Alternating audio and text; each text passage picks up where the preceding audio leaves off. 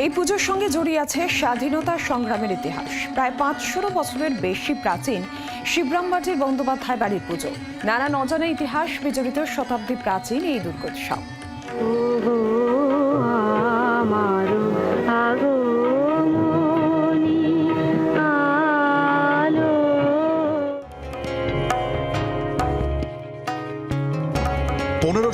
সালে পুজো শুরু।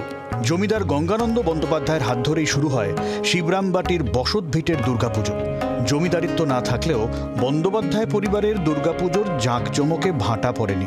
সিঙ্গির বন্দ্যোপাধ্যায় পরিবারের পুজোর পরতে পরতে রয়েছে ইতিহাস। কথিত আছে, বন্দ্যোপাধ্যায় বাড়ির সদস্যদের ডাকে বেনারস থেকে আসেন সাধক ত্রৈলঙ্গ গোস্বামী। তন্ত্র সাধক মঙ্গলানন্দ পুরী গোস্বামীও এই দুর্গা দালানে পুজো করেছেন। ইংরেজ শাসনকালে এই বাড়ির পুজোয় আসতেন বিপ্লবীরা। পরিবারের গৃহবধূ শিবদাসী বন্দ্যোপাধ্যায় যুক্ত ছিলেন স্বদেশী আন্দোলনে। বিপ্লবীদের অর্থের যোগান দিতে নিজের সব সোনার গয়না দিয়েছিলেন শিবদাসী। পরম্পরা মেনে আজও তন্ত্রমতে হয় এই বাড়ির দেবী আরাধনা।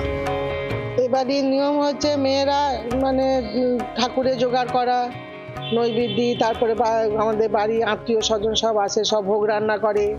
এখানে ভোগ হয়, এখানে কুমারী পুজো হয়, নবমী ভোগ রান্না হয়, সেই ভোগ আমরা আলাদা করে তুলে রাখি। দশমীতে সেই ভোগ পান্তা ভোগ হয়, আমাদের এটা বিশেষত্ব আছে। ঠাকুর দালানে দুর্গা প্রতিমার সঙ্গে রয়েছে 10 মহাবিদ্যার দেবদেবীদের মূর্তি। পুজোর বিশেষত্বের মধ্যে অন্যতম হল কুমারী পুজো। দশমীর পাশাপাশি অষ্টমীতেও সিঁদুর খেলায় মেতে ওঠেন বন্দ্যোপাধ্যায় পরিবারের মহিলারা।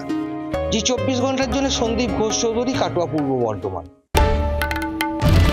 বাংলার আওয়াজ, বাঙালির আবেগ, জি 24 ঘন্টা।